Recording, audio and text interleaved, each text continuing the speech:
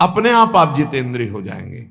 शरीर एक रथ है, बुद्धि इस रथ को चलाने वाला सारथी है, बैठने वाला जीवात्मा है, मन लगाम है, इंद्रियां घोड़े हैं, विचरने की जगह विषय भोग है।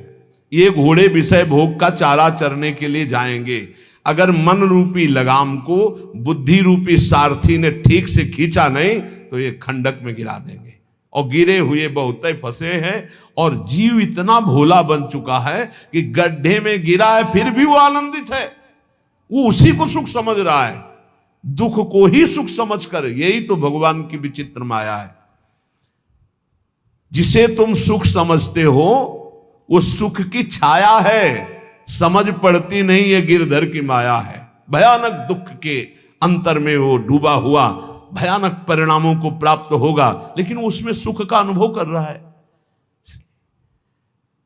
त्यक्त संगो जित क्रोधो लघ्वाहारो, तो अपने आप जितेंद्रिया हो जाएंगे। देख लेना, घृणा हो जाएगी यार, घृणा। कौन सा ऐसा सुख है जो घृणा के योग्य ना हो? लौकिक बढ़िया से बढ़िया पदार्थ खाओ, तत्काल हम उसे वापस उलटते हैं, देखने लायक नहीं रह जाएगा। चिकनी चमड़ी केवल देखकर फंस रहे हैं, कुछ नहीं, पूरा जीवन बर्बाद हो जाता है। धर्म के लिए तो सेवन करने के लिए ठीक है, बकाया भगवत प्राप्ति के लिए जितेंद्रिया चलो, ठीक से चलो। पिधाय बुद्ध्या द्वाराणि मनो ध्याने निवेशयेत्, शून्य स्वेवावकाके गुहासु च वनेषु च, नित्य युक्ता सदा योगी ध्यानम सम्यक उपक्रमेत। श्री दत्तात्रेय जी महाराज कह रहे हैं, बुद्धि को परमात्म चिंतन से इतनी बलवान बनाओ कि अपनी इंद्रियों के द्वारों से घसीट कर उसे भगवान में स्थित करो। हर इंद्रिय द्वार बंद, अंतर्मुख इंद्रियों को करके परमात्म चिंतन में लग। शून्य स्वेवावकाशेषु, एकांत स्थल में कुछ देर बैठने का अभ्यास करना चाहिए। एकांत सुख मास्यताम, 24 घंटे में 48 मिनट का तो रख ही लो शांत एकांत। अपने कमरे में शयन के समय आधा पौन घंटा अगर आप निकाल पावे, बड़ा आनंद आएगा।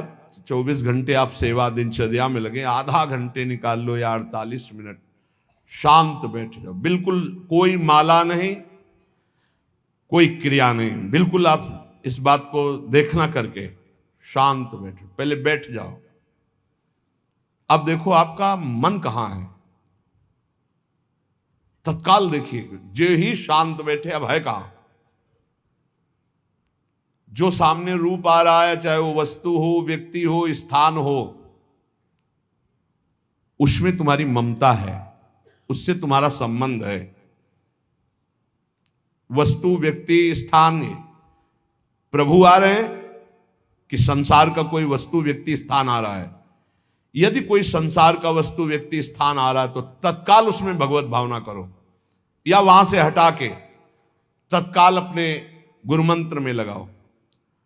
शांत एकदम बैठो। अब उस समय जांच करो कितनी बार किसका रूप आया।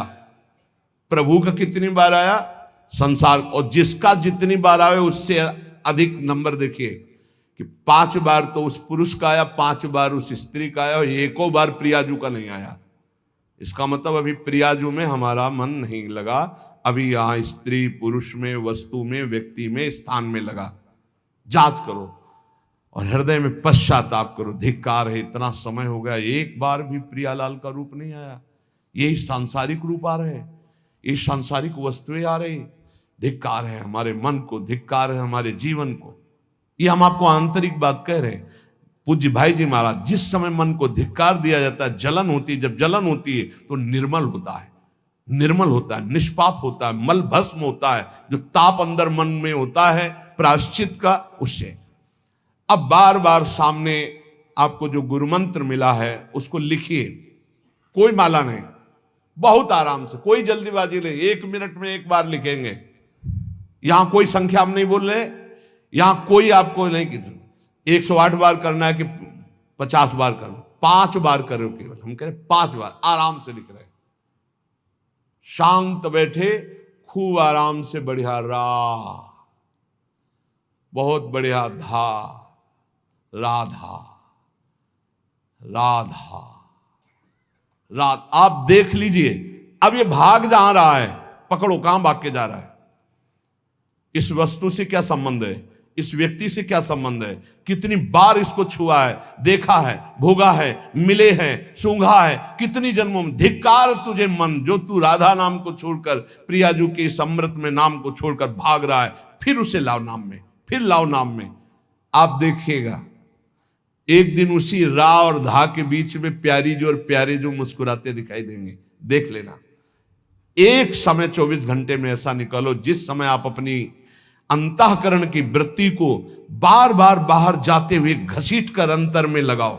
हर समय साधन में लगे हो, लेकिन एक समय इतना साधन कर, जो गृहस्थी में हम कह रहे हैं 10 मिनट शुरू करो भाई, 10 मिनट से 10 मिनट शांत होकर बैठ जाओ।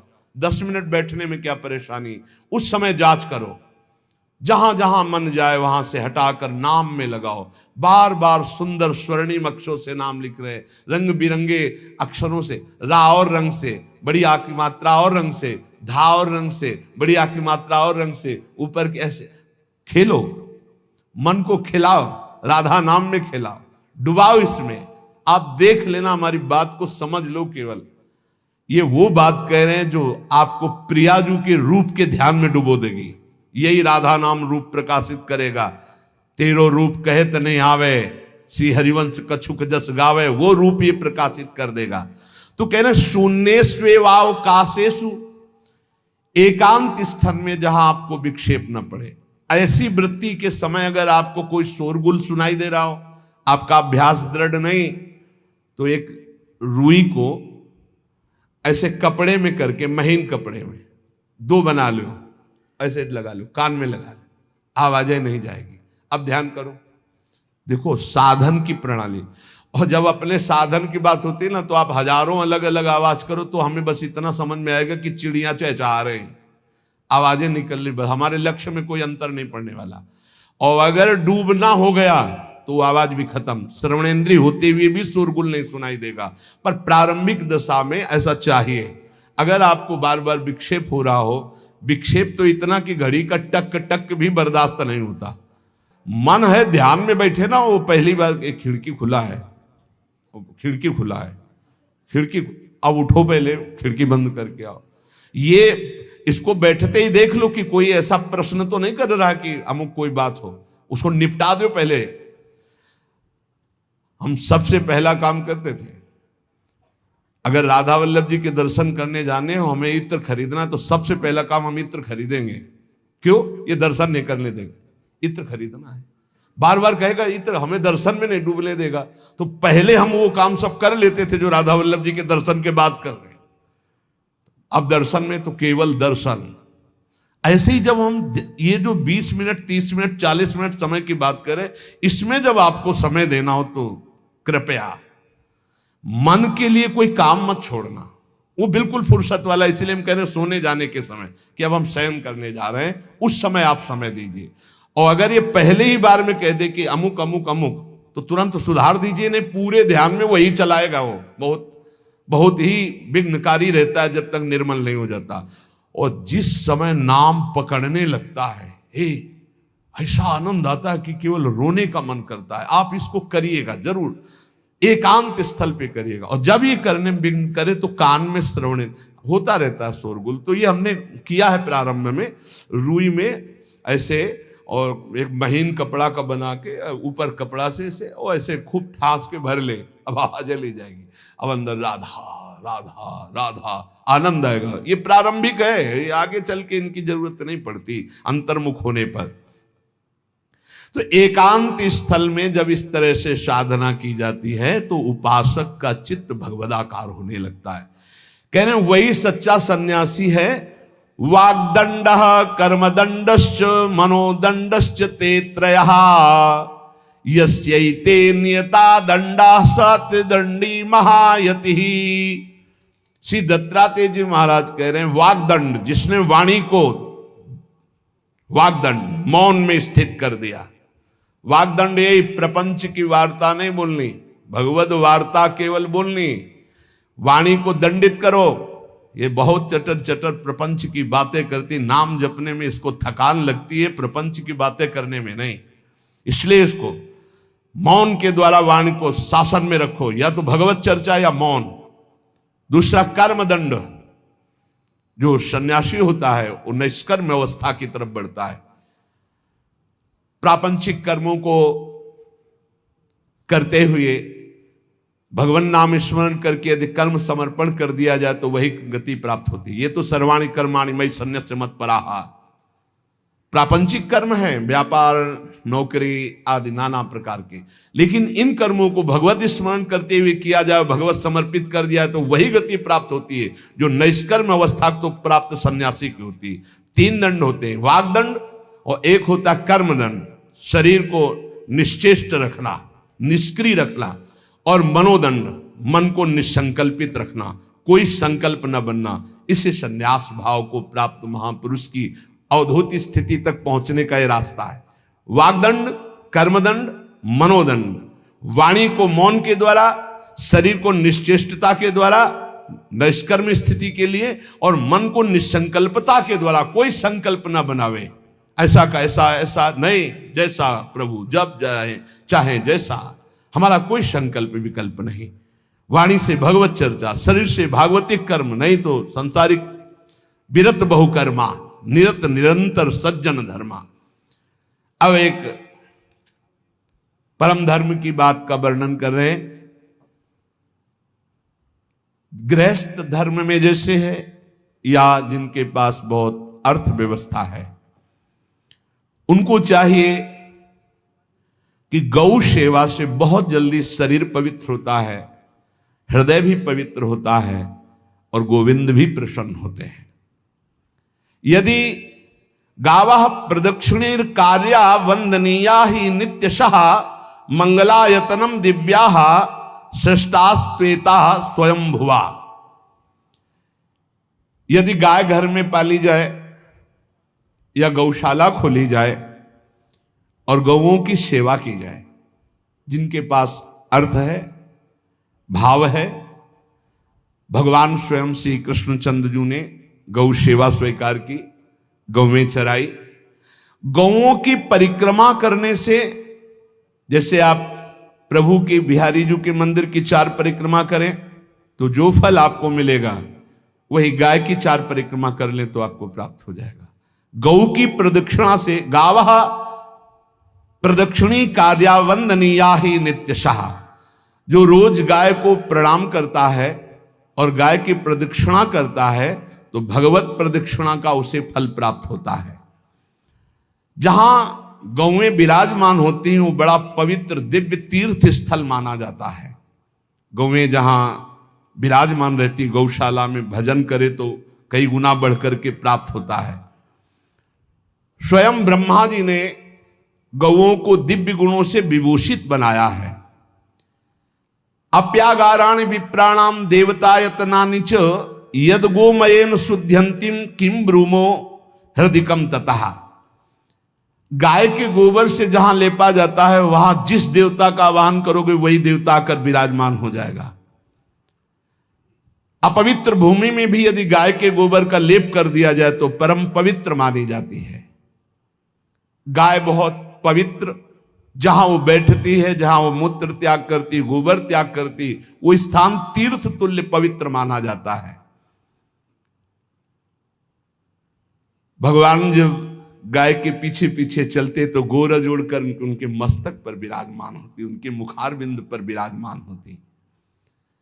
बाल गोविंद के अनिष्टों को दूर करने के लिए गाय के पूंछ को उनके ऊपर से झाड़ा देती थी मैया। जब गुरुमंत्र वैदिक सिद्धांत से दिया गया था पहली बार, तो पंचगव्य पिलाया गया था। गोमूत्रम गोमयम क्षीरम दधि सर्पिस्तथैव च गवाम पंच पवित्राणि पुनंत सकलम जगत। कितना भी बड़ा पापी हो, अगर पंचगव्य पिलाया जाए तो वो वैदिक मंत्रों को स्वीकार करने लायक हो जाता है, पवित्र हो जाता है। पंचगव्य में 5 चीजें गाय की होती है। गाय का मूत्र, गाय का गोबर, गाय का दूध, गाय का दही और गाय का घी, ये पांचों मिलाकर पंचगव्य पिलाया गया था। पहली बार जब वैदिक मंत्र दिया गया था तो पंचगव्य बनवाया था गुरुदेव भगवान ने सन्यास, और वो पिलाया था। ये पंचगव्य पिलाने से अपवित्रता का नाश होकर पवित्रता का संचार होता है। इसलिए धन्य है उनका जीवन जो गौ सेवा परायण है भगवत भाव से। गाय में साक्षात भगवान का भाव रखकर गौ सेवा करते हैं। त्रिषिता गौर गृहे बद्धा गेहे कन्या रजस्वला देवशास्त्र सन्निर्माल्य हंति पुण्यम पुराकृतम। यदि घर में गाय बंधी है और भूखी है और प्यासी है तो तुम्हारे सारे पुण्य नष्ट हो जाएंगे। अगर घर में रजस्वला कन्या बहुत काल तक है और उसका विवाह आप नहीं कर रहे हैं तो आपके सारे सुकृत नष्ट हो जाएंगे। यदि घर में ठाकुर जी विराजमान है, कर का पहनाया हुआ माला सुबह तुमने देख लिया तो तुम्हारे सारे पुण्य नष्ट हो जाएंगे, क्योंकि शयन कराते समय तुमने उतारा नहीं, अर्थात तुम सेवा में प्रमाद करते हो। तो देवतास्त्र सन्निर्माल्य हंति पुण्यम पुराकृतम। जैसे सुबह श्रृंगार किया तो रात्रि के शयन के समय वो हटा लेने चाहिए माले। जब हम शयन कराते हैं तो भले पुष्प शैया पे शयन कराएं पर माला नहीं धारण कराएं। श्रृंगार का माला अगर दूसरे दिन दर्शन किए क्यों पहने ठाकुर जी, तो तुम्हारे सुकृत नष्ट हो जाएंगे। गाय बंदी हो घर में, वो प्यासी है और भूखी है, तुम्हारे सुकृत नष्ट हो जाएंगे। त्रिषिता गौर गृहे बद्धा, क्योंकि तुम्हारे पास है, सेवा करना चाहिए। यो वै गाम प्रतिसिद्धेन्तो चरंतिम च स्वतरणम नरहा तस्य पूर्वे च पितरा कंपन्ते पतनोन्मुखा। यदि गाय हरी हरी घास चर रही कहीं और तुमने डंडा ऊपर प्रहार किया और लाठी मारी तो तुम्हारे पितर खोपड़ी के बल नरक जाने के लिए तैयार हो गए। ये लिखा है चरंतिम स्वम तृणम नरहा तो तस्य पूर्वे च पितरा कंपन्ते पतनोन्मुखा। इसीलिए क्या भारत से कहीं किसी की तुलना हो सकती है जहां गौ को माता की पदवी दी गई, जहां गौ को हम आराध्य देव के रूप में मानते हैं, आराधना करते हैं। गौ रक्षा, गौ सेवा, ये बहुत बड़ा इसमें छुपा हुआ है। स्वयं भगवान अवतरित होकर गौ जब गाय के रूप में पृथ्वी रमाती तो भगवान का अवतार हुआ है। बड़ा विचित्र समय आता चला जा रहा है कि अब आधुनिक यंत्रों की ऐसी सेवाएं हो गई बड़ी बड़ी कि अब ना बैल की जरूरत है और ऐसे दूध की महंगाई बन गई कि अब देसी गाय 2 लीटर 3 लीटर 4 लीटर और ऐसी ऐसी कि 20-20 25-25 लीटर दे तो कौन देसी गाय को। तो गौओं का सेवा का भावना शास्त्र आज्ञा करता है कि जो प्रतिदिन अग्रग्रासे परोभावा कर्तव्यो भक्ति तोन्वहम अकृत्वा स्वयं आहारम कुर्वम नापनोति दुर्गतिम। जे ही तुम्हारे गृहस्थ में घरों में पहले होता था, अब तो भगवान जाने, जे ही पहली रोटी तवा में गई तो वो निकाल करके पक्की रखी जाती थी गौग्रास के लिए, पहला रसोई में। तो इसमें लिखा प्रतिदिन स्वभोजनम, पहले स्वयं भोजन न करके गाय के लिए ग्रास निकालना चाहिए। तो जिनके पास अर्थव्यवस्था जो गृहस्थ धर्म में है या जिनके पास अर्थ है, कुछ रोज 1 रुपया निकालो। हम कह रहे रोज निकालो तो महीने में 30 रुपया होते। 30 रुपया में एक गाय को हरी घास तो एक टाइम पवा ही सकते हो ना, बहुत नहीं है तो 1-1 रुपया निकाल के अगर एक गाय को चारा दोगे तो एक बार का भोजन तो हो ही सकता है। 30 रुपया में हरी घास जाकर के उसके दावा एक बार तो पवा दोगे ना। अग्रग्रासे परोभावा कर्तव्य भक्ति तोन, हम भक्ति पूर्वक गाय को 1 ग्रास भोजन में 1 रोटी तो निकालना चाहिए गाय के लिए, ऐसा शास्त्र आज्ञा कहता है। जो ऐसा करता है तो अकृत्वा स्वयमाहारम कुर्वन् नाप्नोति दुर्गतिम, अपने आहार से 1 रोटी निकालकर गाय को देता है और स्वयं 3 रोटी भले पाले 1 रोटी गाय को दे दी तो बोले उसकी दुर्गति नहीं होगी, अर्थात उसके अंदर भाव बढ़ता चला जाएगा वो भगवान की भक्ति में। और तेनाग्नयो हुता सम्यक पितरश्चापि तर्पिताः देवास्त पूजितास्ते ने यो ददात गवान्हिकम, जो प्रतिदिन गौग्रास निकालता है, अर्पित करता है, तो उसको अग्निहोत्र करने का फल मिलता है, उसके पितरों को तृप्ति मिलती है और समस्त देवताओं के पूजन का फल मिल जाता है जो गौग्रास निकालता है। यो वै ताड्यते यष्ट्याधेनुम मर्त्यो विमूढ़धि, जो मूर्ख मनुष्य, जैसे अब गाय दूध नहीं दे रही, मार डंडे डंडे मार रहे हैं, इंजेक्शन लगा रहे हैं, ऐसे वैसे कर रहे हैं, उसको ताड़ना दे रहे हैं, तो बोले जो मूढ़ बुद्धि मूर्ख मनुष्य, यो वै ताड्यते यष्ट्याधेनुम मर्त्यो विमूढ़धि, वो गाय को लाठी से मारता है, डंडे से मारता है, हाथों से मारता है, तो धर्मराजस्य नगरेशा याति करवर्जिताहा, धर्मराज जी पहले अपने नरक में ले जा करके उसके कहते थोड़े थोड़े तिल तिल करके पहले इसके हाथ काटो, मरना है नहीं वहां, अब आराम आराम से थोड़े थोड़े पहले हाथ वर्जिताहा, इन्हीं हाथों से गाय को मारा था ना, तो ऐसे थोड़ा थोड़ा काटा जाता है उसके हाथ, कर वर्जिताहा, उसके दोनों हाथ काट करके थोड़े थोड़े। यो वै दंसान वार्यति तस्य पूर्वे कृतार्थ काहा, नृत्यंत सवादिस्मास तरिष्यति भाग्यवान, जो गौ के शरीर को स्नान कराता है, गौ के शरीर को कीट आदि से मच्छर आदि से रक्षा करता है, और खूब अच्छा अच्छा पदार्थ गौ, केवल दूध के लोभ से नहीं, ये हम गौ सेवा की बात कर रहे हैं, ये कि नहीं वहां 10 लीटर दूध देती तो हाथ फेरो, जब दूध नहीं देती है तो चारा भी ठीक से नहीं दे रहे, और उसके ये स्वार्थी हो, गौ सेवा का बात नहीं, वो दूध का लोभी केवल व्यापार की बात करता है। गौ सेवा का तात्पर्य है गौ सेवा, केवल खूब बछड़े को पिला दिया प्रसाद रूप से, जो दूध मिला उसका अपने सेवन की, वो बात तो अलग है। अब बछड़े को तो जरा सा केवल पिन्हाने के लिए कर दिया और खूब सारा दूध लीटर में नाप करके जा रहा है, और उस समय तक तो खवाओ पियाओगे ही खूब अच्छे से, इसके बाद जब दूध देना बंद किया तो उसका आदर सत्कार खत्म, खोल के बाहर ऐसे वो प्लास्टिक खाते घूम रही है, तो ये गौ सेवा नहीं मानी जाएगी, वो स्वार्थ पूर्ति मानी जाएगी। जो सदैव गौ सेवा करता है, उसके डांस मच्छर हटाता है, स्नान कराता है, पीठ में हाथ फेरता है, उसके पूर्वज जो पितर होते हैं वो नाच पड़ते हैं, उनका मंगल होना शुरू हो जाता है कि हमारे वंश में गौ सेवक पैदा हुआ, बड़ा भाग्यवान है, और वो गौ के द्वारा हमें तार देगा, ऐसा भाव।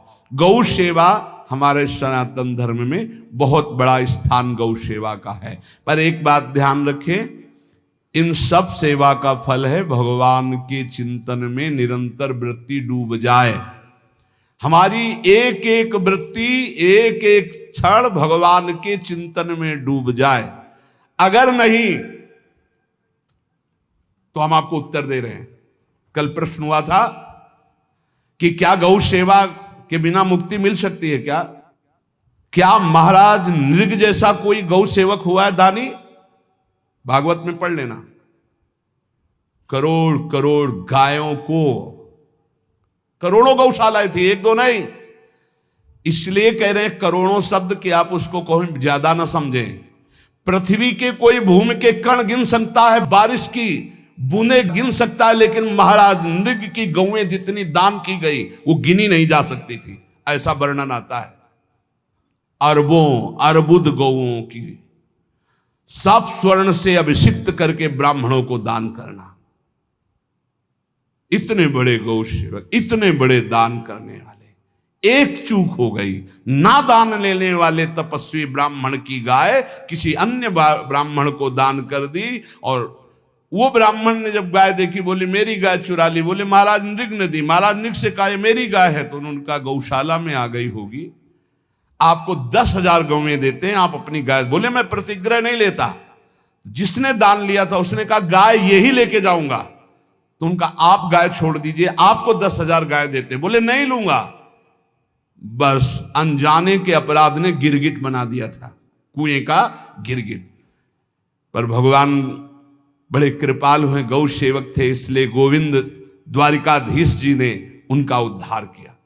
सब साधन का फल है अच्युत भावना से युक्त होकर, भगवत भावना से युक्त होकर निरंतर भजन करते हुए सेवा परायण रहो, चराचर जगत की सेवा परायण रहो। भजन करना ही सबसे बड़ा परम धर्म है। हम सब सेवाएं करें जगत की, लेकिन अंदर से राधा राधा राधा, गोविंद गोविंद गोविंद गोविंद, आनंद आ जाएगा। तन से सेवा करो, मन से भगवान के चिंतन, मामुनिस्मर युद्ध से, भगवान के चिंतन में रहो। सेवा और व्यापार में अंतर होता है। गौ सेवा के बहाने से धन का जो दान लेना है और उसका अपने में प्रयोग करना, मैं पितरों सहित नरक जाना है, लिख लो। गौ सेवा के बहाने से दान लेना और उसका अपने परिवार के सुख में पैसे का प्रयोग कर देना या अपनी वासनाओं की पूर्ति में लगा देना। आया गौ सेवा के लिए और आप प्रयोग कर रहे हैं गाड़ी घोड़ा नाना प्रकार के सांसारिक भोगों में, तो लिख लो पितर सहित तुम्हारे नरक जाएंगे, क्योंकि गौ सेवा के लिए आया है।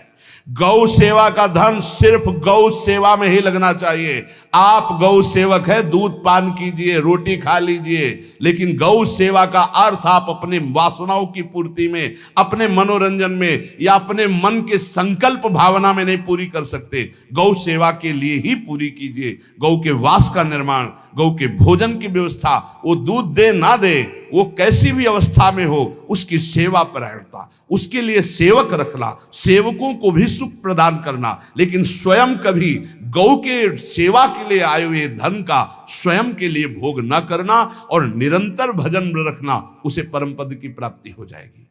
इसलिए हमारे सनातन धर्म में गौ सेवा का विशेष महत्व है और इस महत्व को सबको स्वीकार करना चाहिए। यदि आप गौ पालन स्वयं नहीं कर सकते तो 4 लोग मिलकर के, क्योंकि आज जो गायों की व्यवस्था वो बड़ी दयनीय हो रही है। दयनीय इसलिए हो रही कि दूध की अधिकता के चाह रखने वाले भैंस रखते हैं या विदेशी गाय रखते हैं। अपनी भारतीय जो देसी गाय है वो उतना अधिक नहीं देती कि 40 लीटर 30 लीटर 25 लीटर, बहुत अधिक देगी तो 5 और 8 लीटर। देसी शुद्ध गाय अपनी जो है वो 8-10 लीटर, बहुत जब व्यवस्था हो। नहीं तो अपने गांव में तो देखा है 2-2.5-3 लीटर से ज्यादा नहीं देंगे, 1.5 लीटर इधर 1.5 लीटर उधर, या बहुत हुआ तो 2 लीटर 2 लीटर, पर वो स्वर्णिम दूध होता है। जो दूध की चाह रखने वाले जन थे अब वो गायों को नहीं रखते, देसी गायों को कोई बिरला ही रखता है। अब पहले बैलों की जरूरत होती थी, गाय बछड़ा दिया तो आनंद होता था कि किसानी के काम में। अब तो ट्रैक्टर है तो बैलों की जरूरत नहीं। अधिक दूध के लिए अरे अब तो पशुओं की जरूरत नहीं, केमिकल से दूध बन रहे हैं, टैंकर के टैंकर। तो फिर हमारी जो गायें हैं उनकी बड़ी दुर्दशा हो रही। तो हमें चाहिए कि जो गृहस्थ जन हैं, धनी मानी जन हैं, या जिनके पास शरीर व्यवस्था, बौद्धिक स्तर सेवा परायण, अर्थव्यवस्था, वो थोड़ा 4 गाय की व्यवस्था करके उनकी सेवा करें, क्योंकि हमारे सनातन धर्म का स्वरूप है जहां मां पदवी दी गई है गांव को, गौ माता कहा गया है। गौ में समस्त देवता विराजमान है। गौ का बहुत बड़ा महत्व वर्णन किया गया धर्म शास्त्रों में। यहां तक कि जब कोई ऋषि नाराज होता था तो आगे गाय करके जाया जाता था तो क्षमा हो जाती थी, गाय को देखते ही वो क्षमा कर देते थे। बहुत महिमा वर्णन की गई है गौ की। इसलिए जिसको भी अगर नहीं अर्थव्यवस्था है तो एक रोटी तो निकाल सकते हो ना। तुम्हारी रसोई में रोटी बने तो पहली रोटी निकाल लो, और आसपास जहां गाय बंधी हो तो उसको दे आओ जाकर, तो कम से कम धर्म का पालन हो जाएगा, गौ सेवा बन जाएगी। तो गौ सेवा, चराचर जगत की सेवा, भगवत सेवा, सबका फल है। फिर प्रारंभ में आ जाइए स्मृति। योगी हो तो चित्त की वृत्ति का निरोध करके परमात्माकार, ज्ञानी है तो चित्त वृत्ति का लय करके स्वरूप स्थित, भक्त है तो एक एक वृत्ति सावई मनः कृष्ण पदार विंदयो। भगवान के चरण में, भगवान के नाम में, भगवान के रूप में, भगवान की लीलाओं में। स्मृति अगर नहीं तो सब साधन अधूरा, और स्मृति तो हर साधन पूरा। इसलिए एक बार कमर कस लो, चाहे जगत की सेवा करो, चाहे जिस कार्य में लगे हो, तुम्हारी स्मृति प्रभु में लगी हो। स्मृति के बिना हम जीवन का कोई महत्व नहीं समझते। स्मृति विहीन जीवन सब व्यर्थ। इसीलिए उन परमहंसों के चरणों में स्वयं भगवान चरण रज लेने के लिए पीछे डोलते हैं, जो निरपेक्षम मुनिम शांतम निर्वैरम समदर्शनम अनुब्रजाम्यम नित्यम पुयत्यंगुरेण भी। ना कोई प्रतिज्ञा, ना कोई चाह, ना कोई इच्छा, निरंतर भगवदाकार वृत्ति, निरपेक्षम मननशील, द्वंद्व विमुक्ता, जो शांत हैं, जो किसी से वैर नहीं रखते, भगवदाकार वृत्ति, उसी मार्ग के आप पथिक हैं। सर्वतो भावेन, अपने मन को समेट लो धर्म और कर्म दोनों से, और साब त्यज लोक धर्मान, और परम धर्म का सेवन करते हुए समस्त चराचर जगत को भगवत स्वरूप निरखते हुए इसी जन्म में परम पद को प्राप्त हो जाओ। सत्संग का सार हमारा शरीर है, इससे सेवाएं बने, हमारा मन है, इससे चिंतन बने, हमारी वाणी है, इससे लीला गुण का गायन करें, और हम स्वयं परमात्म अंश हैं, परमात्म स्वरूप है, ऐसी ठसक बनी रहे, जीवन मुक्त ही हो। स्वार्थ को लेकर किया गया धर्म रंग नहीं लाता। निष्काम किया हुआ छोटा सा भी धर्म परमार्थ की ऊंचाई पर चढ़ा देगा। ध्यान रखना, परमार्थ की ऊंचाई पर चढ़ा देगा। इसलिए निष्कामता सब सोहित, निष्कामति। श्री वृंदावन विश्राम, श्री राधा वल्लभ लाल को हृदय ध्यान मुख नाम।